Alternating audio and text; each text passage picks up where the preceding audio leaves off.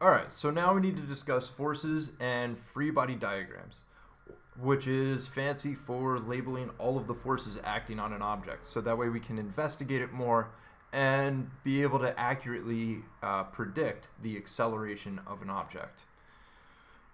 So first we need to go through and discuss each of the forces you are responsible for knowing. Before I get into this, I want to point out that every physics teacher has a different list of forces that they expect their students to be responsible for.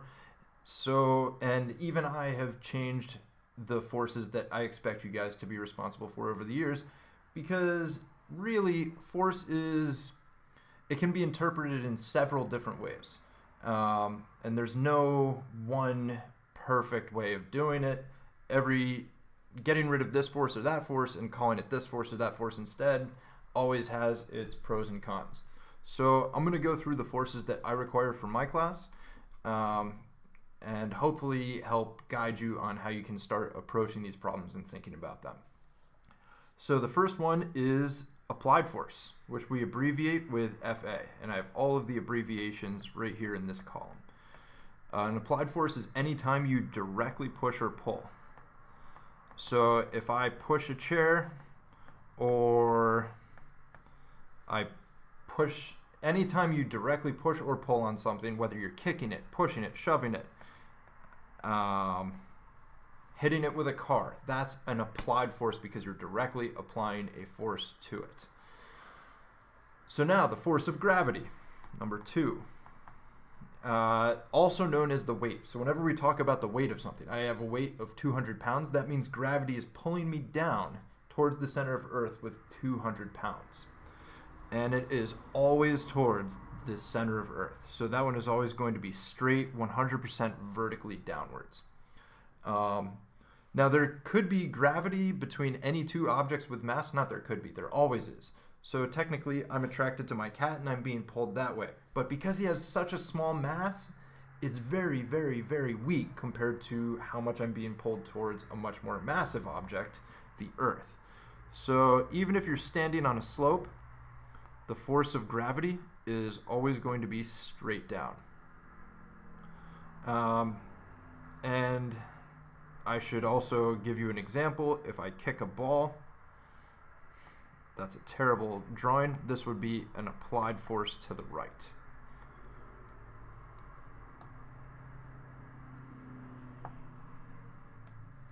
Normal force. This is the supporting force that resists an object being pulled down. So right now, the chair is supporting me. As I sit here, the chair is supporting me. And which way is it supporting me? Well, it's keeping me from going down, so it has to be pushing me up. So the normal force is straight up. Now, I do want to point out that normal doesn't mean usual, or it's not unusual, right? Because it's not unusual to be loved by anyone. Normal is a mathematical term that means perpendicular. It means 90 degrees. It means orthogonal. It means a right angle. And you notice that the ground is horizontal, so a 90-degree angle to that, the right angle, the normal, is going to be straight up. Normal force is always perpendicular to the supporting, or to the object that's supporting you. So my desk is supporting my iPad, and because my desk is horizontal, that means it's supporting it upward. It's pushing it up, so the normal force is up. If you're on a hill, just like we did with the force of gravity is straight down. The normal force, because the ground is sloped, normal is still at a 90-degree angle. So the normal force is going to push it up and to the right. Or if we had our cardinal directions, north, east, south, west, it's pushing it northwest. Friction. Friction is a resistive force. And it resists your motion or intended motion. So if instead in this last problem, this person were, let me erase a little bit and buy myself a little bit of room. Let's get rid of these. the person were sliding down the hill. Let's say it's a water slide. As the person's motion is downward, by the way, motion itself is not a force. It's not a push, it's not a pull, it's just motion. It's movement. Movement is not a push or pull. It's the result of all the other pushes and pulls. As the person's sliding down, the friction is working against that motion. So as you're sliding down, the ground is pushing you back up the slope. So friction is always opposite direction of the motion. And I say always, but really it's 99% of the time, because a conveyor belt, the friction is working with the motion and the friction pushes it forward to get it started. So friction is working against the motion. And again, if we come back to that kicked ball example, if the ball is being kicked forward, then the friction would be backwards. So friction is a resistive force. It's working against the motion or the intended motion. So there doesn't have to be motion, but there does have to be intended motion. So even if this ball was locked in place, I'm still trying to push it forward, which means the friction has to be going backwards to balance it. Now, one caveat to that is if the ball is just sitting there, there is no intended motion. Nothing's trying to push it down the hill. Nothing's trying to push it. There is no hill, so it's not being pulled down the hill by gravity. It's not being kicked by anything. So in this case, a ball just sitting flat on the ground, there is no friction. You have a normal, you have a normal force upwards because it's being supported by the ground, and you have its weight, the weight of the ball, the force of gravity, downwards. Whew. All right, air resistance. This is your other resistive force. So both friction and air resistance are resistive forces. Just like friction, air resistance is 99% of the time working against your motion. And it occurs because of air molecules, or technically, I'm going to stick with air molecules for now. Air molecules pushing you backwards. Normally, air molecules we consider as standing still. So as you move forward, you're bumping into air molecules, and if you're bumping into them and you collide with them, which direction would they push you? Well, if you're moving forward, then they're going to push you backwards. So just like friction is working in the opposite direction of the motion, air resistance is also 99% of the time working against the motion. So as this person's trying to go forward, the air resistance is working backwards and working against the intended motion. That's pretty fair, right? Sorry. Now, I said 99% of the time. The 1% of the time where that would not be the case is if there's wind pushing you forward as you're moving forward, because the air molecules are pushing you forward. Now, at the beginning, I said you could interchange the names of these forces. If you forgot the term air resistance, F-air, if you called that an applied force from the molecules pushing you forward or backward, I would not be opposed to that. I don't care that you memorize this list. I don't care that you get all of the names exactly perfect. I care that you identify, oh my gosh, he's bumping into air molecules which are pushing him backwards. There's a force backwards. The main idea of all of this is identifying every push and pull on an object. I hope that makes sense, and I hope that didn't introduce more confusion. So I'm going to get rid of that. And tension. Have you ever heard the phrase, you can cut the tension with a knife? I'm hoping you have. And it's applied in a different situation or a different scenario, but really it comes from the idea of tension refers to forces that can be cut with a knife. So ropes, chains, pulleys, anything that can go slack and anything that you can cut is a tension force. So let's say you have a small child in a cart and you're pulling him with a rope. It's always, the tension force is always in the exact direction that the object is being pulled. So if your rope is up here, the tension force is going to be pulling the object northeast, up and to the right. So ropes, chains, strings, all of those things that can go slack and can be cut with a knife-ish. All right, the last two, and these are not on your worksheet, but I do think they're really valuable forces, so I am going to discuss them here. The buoyant force. This is just like the normal force, except it's when you're in a fluid. And I want to point out that fluid is not the same word as liquid. Fluid refers to anything that flows. So it's liquids and it's gases. Gases do exert a buoyant force. Right now, the air is supporting some of my weight. But air is really, really, really, really light or not dense, meaning it doesn't support me as much as water does. And I think you guys have all experienced buoyant force. Anytime you jump in a pool, you're supported by the water. So just like normal force is the supporting force of a solid object, the buoyant force is the supporting force of a fluid. Usually we ignore it if it's anything that's not a liquid. So water has a significant buoyant force. But the air that's providing a buoyant force for me right now is so small compared to the other forces acting on me that we ignore it if you're just in air. So if you're in a pool, blink, blink, blink, blink, and you're floating in there, obviously you have the force of gravity down. You have your weight being pulled downwards.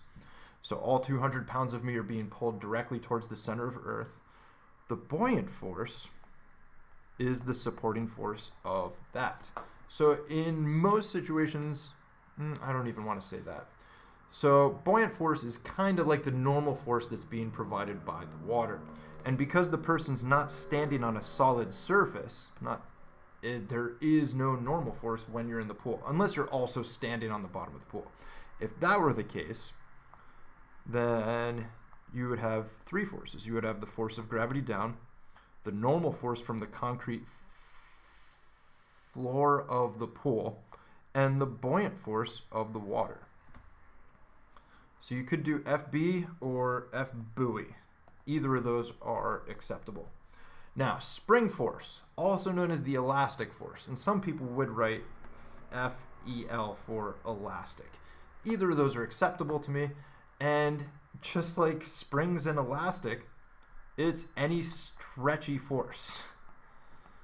So if you have a rubber band pulling you forward, then the elastic force or spring force would be pulling you forward. If you're hanging a mass from a spring, then there would be a spring force upward. Spring force up, and of course there's always weight downwards. Let's say you're doing exercises and you're using one of those giant rubber bands. As you pull it, there is a spring force pulling you back to the right. So now that we've discussed all of the forces, let's discuss a little bit more about how I've drawn all of these arrows and your rules for how you should approach free body diagrams. So I have 3 rules written down. When doing your free body diagrams, when drawing your free body diagrams, I'm actually going to do number 3 first. Only draw and label the forces on the object being investigated. So in this case, in the exercise ball, we only cared about the forces on me. With the box being hung from a spring, we only cared about the spring. In the person in the pool, we only cared about the person. We only care about the person. In this case, we cared about the cart-person combo because they're pretty much glued together. They're pretty much one solid object. So the cart and the person. And of course, I should have drawn the force of gravity downward and a normal force upwards and friction backwards. But we only care about the forces acting on one object. So let's say I come across a really angry history teacher. And because he's so angry and mean, he decides to take a punch. Now, we have to consider what we're looking at the forces on. Are we looking at the forces on me or on the angry history teacher? Well, in this case, let's look at the forces on me. That means we don't care about any of the forces acting on the other object, the other person, whatever it is. We only care about the forces on the object being investigated. In this case, me. Well, he's directly pushing or pulling me, and hopefully that triggers, oh, that's an applied force. Also, I'm standing on the ground. I have weight, so there's force of gravity down. I'm being supported by the ground, so there's a normal force upward. And because there's intended motion forward, hopefully the rubbing gave it away for you, that means there's a force of friction backwards. So we only care about the forces acting on the object being investigated, in this case, me.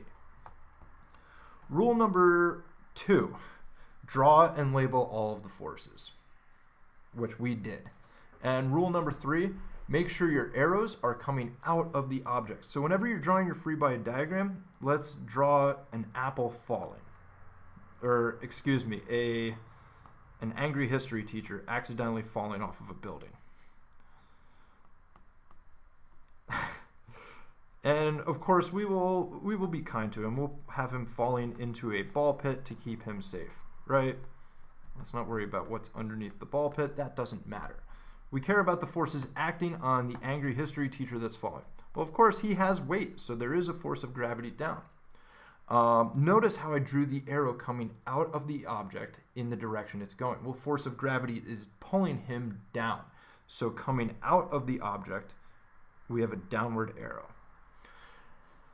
Now, he's probably going to be running into air molecules unless the problem specifically says ignore air resistance. So the air is pushing him upwards. So there should be an upward force of air resistance. Do not draw your arrows off to the side of the object. Do not draw your arrows coming up into the object to represent that's the direction they're pushing him. Always, always, always draw the arrows coming out of the object in the direction that they're going. And I think that's all I wanted to say on that topic. I hope I didn't forget anything. And you have to draw and label all forces. That's the last thing I wanted to say. All of them. Not just one force that we're paying attention to. So we're not paying attention just to his weight pulling him down. We're drawing all of the forces. So you need to think about, okay, what's pushing and pulling on him? Let's identify every push and pull acting on him. So I have 3 examples down here. Example number 1, me standing on the ground. Well, hopefully we've done enough of these that at this point, this is probably straightforward. Think about any push or pull. Always, there's going to be a weight downwards. I have 200 pounds pulling me down. In fact, I could even label that too, 200 pounds. You don't have to do that, but I can. So you can fill in valuable information on your diagram, and they'll become useful if you decide to go into a higher level physics. The more information you have on your diagram, the easier the problem becomes. Any other forces? Well, I'm being supported by the ground, so hopefully you identified that there is a normal force acting on the person. And there's no intended motion, which means there's no friction. And they didn't specify any wind, and I'm not moving, which means there's no air resistance. So for this situation, your only 2 forces are normal and force of gravity or weight. Number 2, me dragging an old carpet out of Foltz's house. And don't worry about the shape of shoelaces here or the shape of a face up here. That's irrelevant. So I'm dragging an old carpet out of Foltz's house. And let's also ignore what's going on down here on the left as I drag the carpet to the right. Now I clearly have a string tied to the object on the right side as I'm dragging it. I have a nice smile upon my face. I finally achieved my goal. Let's look at the forces on the one object we care about. In this case, the rolled up carpet. So if we look at all forces acting on it, of course there's always weight. It's being supported by the ground, so there's a normal force. I have a rope, which can go slack and can be cut. You can cut the tension with a knife. So there's a tension exactly in the same direction of the rope being applied. And I do want to take this opportunity to point out that you could have multiple of these forces. So if I had another rope and another person helping me, there would be a second tension force. You can have multiple because they're 2 different pulls, they're 2 different forces. So now we have normal, weight, tension, anything else. Well, there is intended motion or motion to the right, which means there's going to be something trying to resist that motion. So there's going to be friction to the left. And you said, no, wait a minute.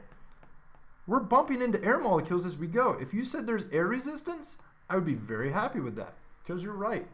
The air resistance in this case would probably be so small that it's negligible, but there's no harm in identifying it. And at this point, we have now identified all of the forces acting on this carpet as we go. And number 3, a bowling ball rolling down the hill. So number 1, we're going to identify the object that we're looking at the forces on, in this case, the bowling ball. At this point, I'm hoping that you guys have identified, well, every object has weight. Gravity is pulling every object straight down, and that's what I want you to notice. It's always straight down towards the center of Earth because that's the way we're being pulled. So gravity is pulling the bowling ball straight down, and it is being supported by the ground, which means that the ground is providing a normal force to it. And remember, normal means a 90-degree angle. So if the slope is like this, the normal force is going to be perpendicular to that. So I'm going to use a dotted line to help me figure out what the perpendicular is. And there we go. We have a normal force. Now, the bowling ball is also bumping into air molecules, which means there's air resistance backwards. And there is motion or intended motion, which means friction. Friction back up the hill. Now, in the last section, we discussed the different types of friction. There's static friction, there's kinetic friction, there's fluid friction, there's rolling friction. I don't want you to waste your time differentiating between those. I feel like at this level, it's a complete waste of your time. If you do want to differentiate, you could have said, oh, well, this is rolling friction. And I would have said F-roll if you wanted to do that. Completely unnecessary. But now, as long as you can identify there's friction, I'm happy. Alright guys, I hope this video was helpful. I hope that I didn't go on too long, and let me know if you have any questions. Have a good day. Bye.